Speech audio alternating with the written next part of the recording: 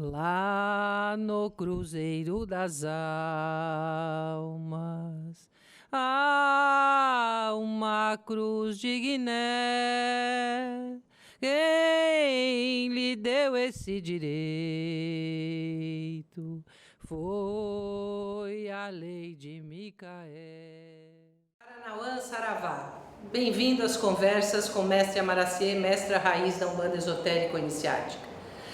Pensei em fazer estas conversas em agradecimento aos internautas e às internautas que doaram durante 8 meses do ano de 2020 para a campanha de solidariedade, que contribuiu para que famílias tivessem acesso ao alimento, totalizando 40 toneladas de alimentos distribuídos.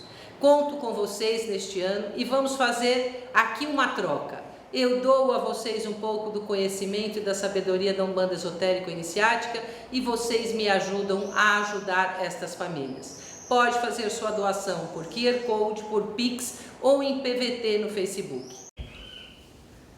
Saravá Aranauã, estamos aqui para mais uma conversa com a mestra Yamaracê, mestra raiz da Umbanda Esotérica ou Iniciática. Espero que as nossas conversas anteriores tenham trazido alguma reflexão a vocês e quero dizer que estas nossas conversas ela tem um caráter informativo e não formativo. A informação a gente pode passar por aqui a reflexão. A formação iniciática se dá de mãe para filho dentro do meu terreiro, dentro da minha escola, na vivência iniciática. Pensar a religião é muito bom, mas viver a religião é onde você se forma dentro da iniciação. E nos demais casas de santo, das umbandas, aí os pais e mães de santo vão tomar os caminhos que acharem melhor. Bom, eu gostaria hoje de voltar aqui a uma reflexão sobre a Umbanda Esotérico-Iniciática dentro da sua doutrina. Doutrina que eu coloquei na aula passada, que tem um tripé que é ética, método e epistemologia, ou seja, conhecimento, formas de fazer e pensar a religião e formas de viver, que é a ética, né? De ser religião aqui no terreiro ou em qualquer lugar do mundo.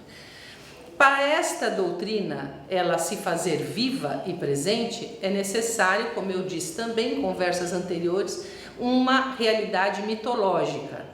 E esta realidade mitológica é o que dá sentido para as nossas vidas. Dentro da Umbanda Esotérico-Iniciática existem 7 orixás. 7. 5 que são Oxalá, Ogum, Oxóssi, Xangô e Iemanjá, que vem da tradição Nagô. Esses são sabidamente africanos da tradição Nagô. Iori e Iorimá, segundo o fundador da Umbanda Esotérico-Iniciática, Mata e Silva, pai Mata, o mestre Pacani, foi uma homenagem às grandes escolas iniciáticas do mundo. Por isso esta diferença destes dois orixás ou divindades dentro da Umbanda Esotérico-Iniciática. Para aqueles que quiserem se aprofundar nesta questão, leia, por gentileza, Macumbas e Candomblés, de Mata e Silva, e lá vai estar muito explicado, ou então o que reza a minha tradição, que eu também entrei nessas questões. Então nós temos 7 orixás. E este orixá, ele tem uma característica, ele tem vários, né? Vamos dizer assim, instâncias desse poder divino. Ele é a primeira manifestação do poder divino.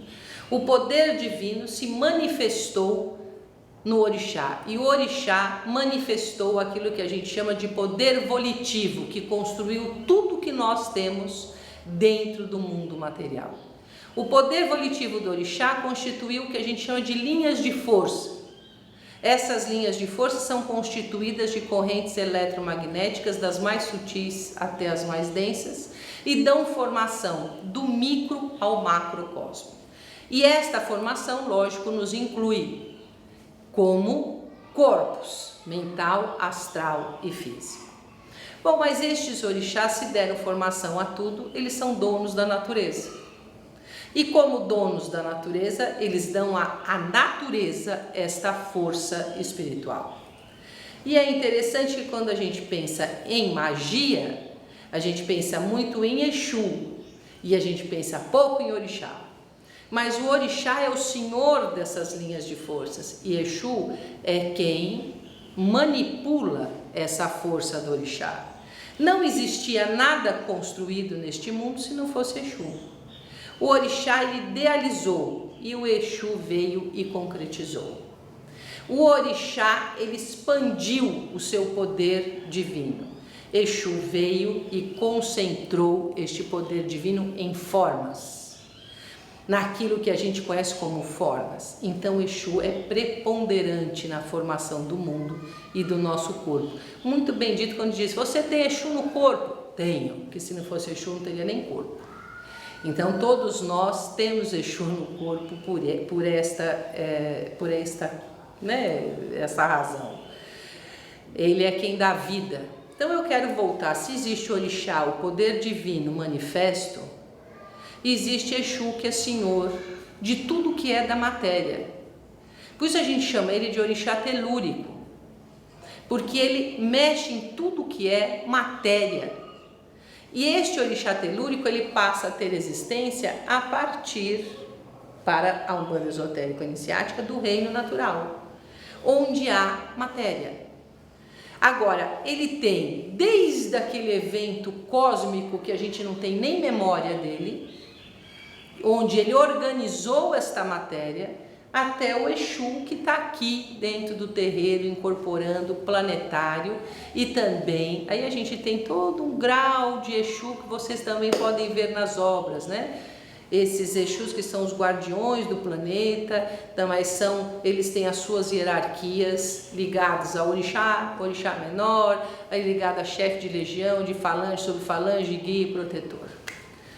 E estes Exus é que dão então formação, constituem. Eles têm 3 princípios, que é fazer nascer, de manter e de destruir.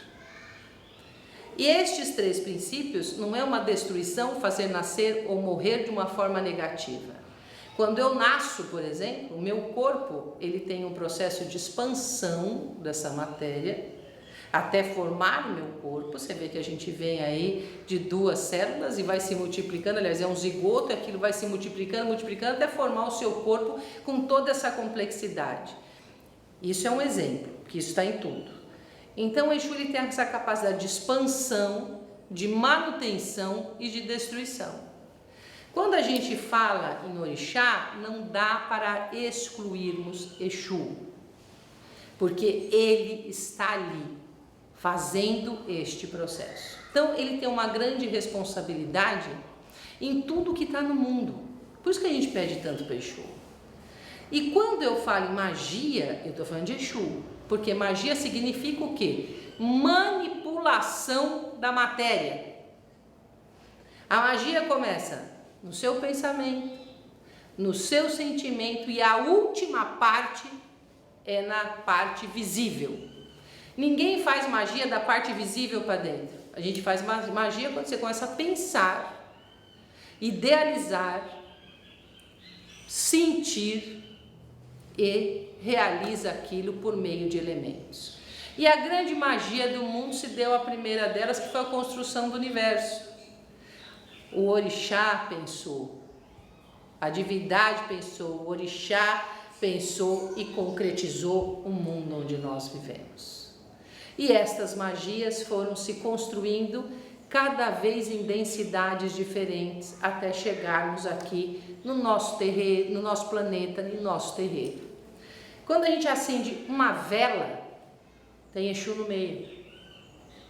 Porque para que aquela vela tenha atuação, é necessário que Exu também atue. Quando eu peço para Caboclo, tem Exu no meio.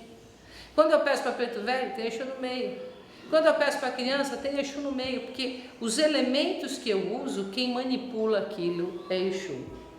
Então quer dizer que tudo tem Exu? Tudo que tem matéria eu preciso de Exu. Tudo.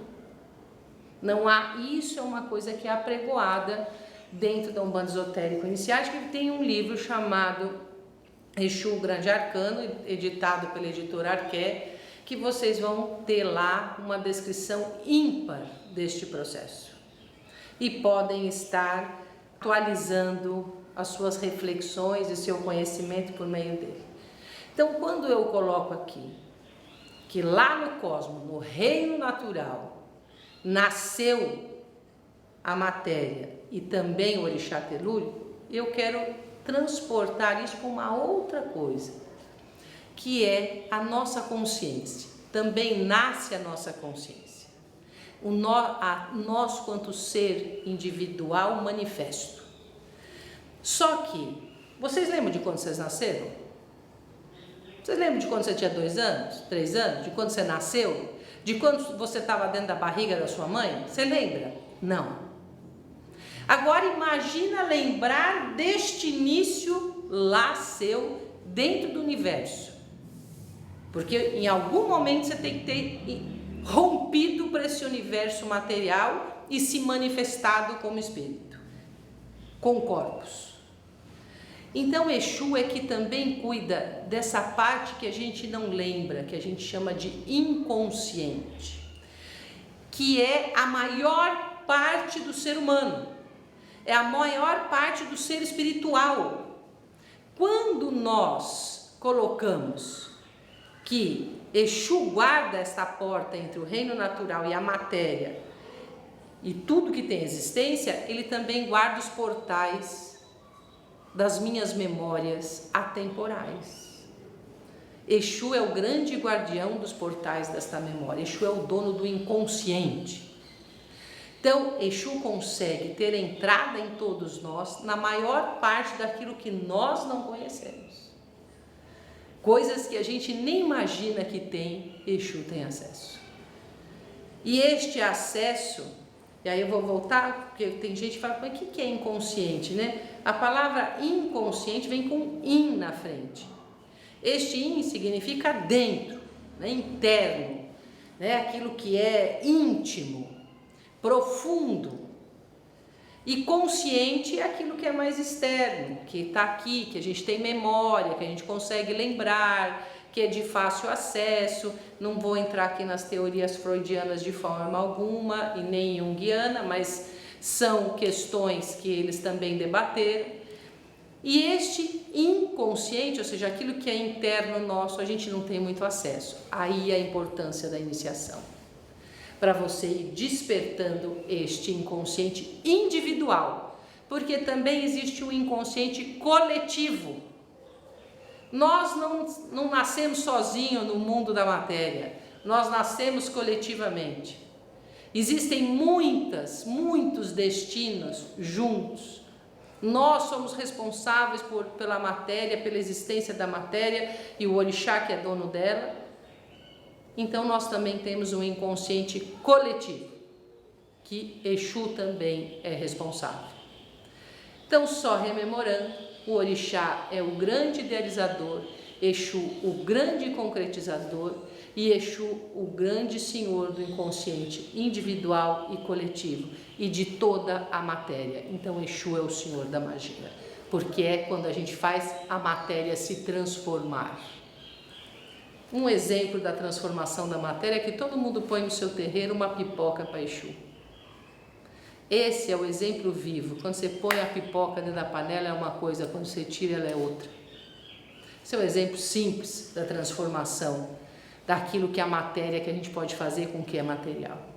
Espero ter contribuído com todos e todas e desejo a vocês luz na mente, paz no coração, energias positivas e até a nossa próxima conversa. Paranauã, Saravá.